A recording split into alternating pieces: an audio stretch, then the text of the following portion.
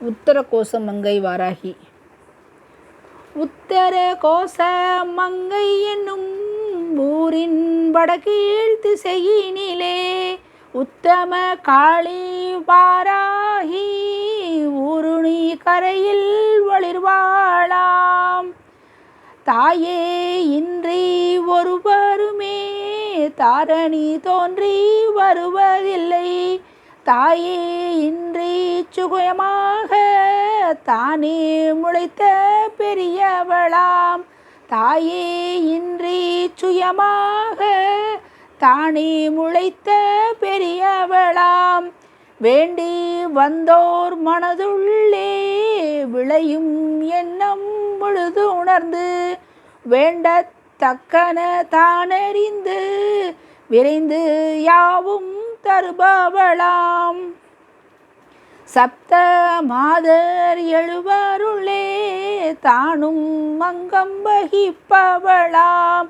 தப்பாதவளை கும்பிட்டால் தாயாய் இருந்து காப்பவளாம். போரும் வழக்கும் தொடர்காதையாம் பொய்யும் புரட்டும் உடன் வருமாம். சீராய் வெற்றி கொடியேற்ற சீக்கிரம் அருளை கொடுப்பவளாம். பஞ்சமி நாளில் வாராகி பார்க்க வந்த அனைவரையும் தஞ்சம் அளித்து காப்பவளாம். தாயாய் அன்பை பூப்பவளாம்.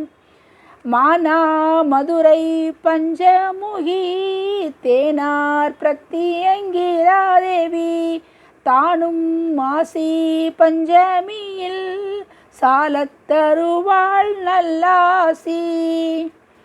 அன்ன பூரணி வடகாசி அன்னம் மூட்டும் உபகாரி தென்னர் கோயில் வாராகி செருவில் வெல்லும் போராளி.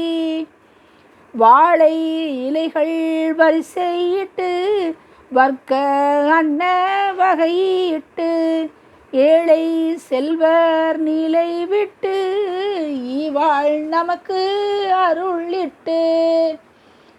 மதுவோடு மாமிசம் தினம் அதிகம் மகிழ்ந்து மாந்தும் குணவதியை மதுமலர் காய்கனி வளர்த்தமிழால் வணங்கி நாமும் மகிழ்வோமே. விரலி மஞ்சள் கிழங்கெடுத்து விழுதாய் அம்மி தனிலரைத்து திருமுகம் தன்னில் வனப்புறவே தீட்டுவம் மஞ்சள் திருக்காப்பு. எண்ணி செய்த அபிஷேகம் 21 விதமாகும்.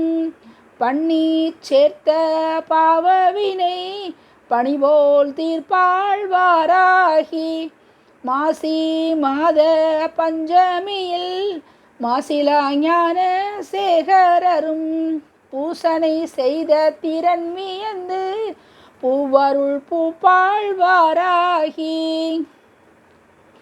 கூடிய மாந்தர் கோயிலிலே கூவி அழைப்பார் தாயுனையே கேடும் துயரும் போயகல கேட்டு பணிவார் திருவடியே.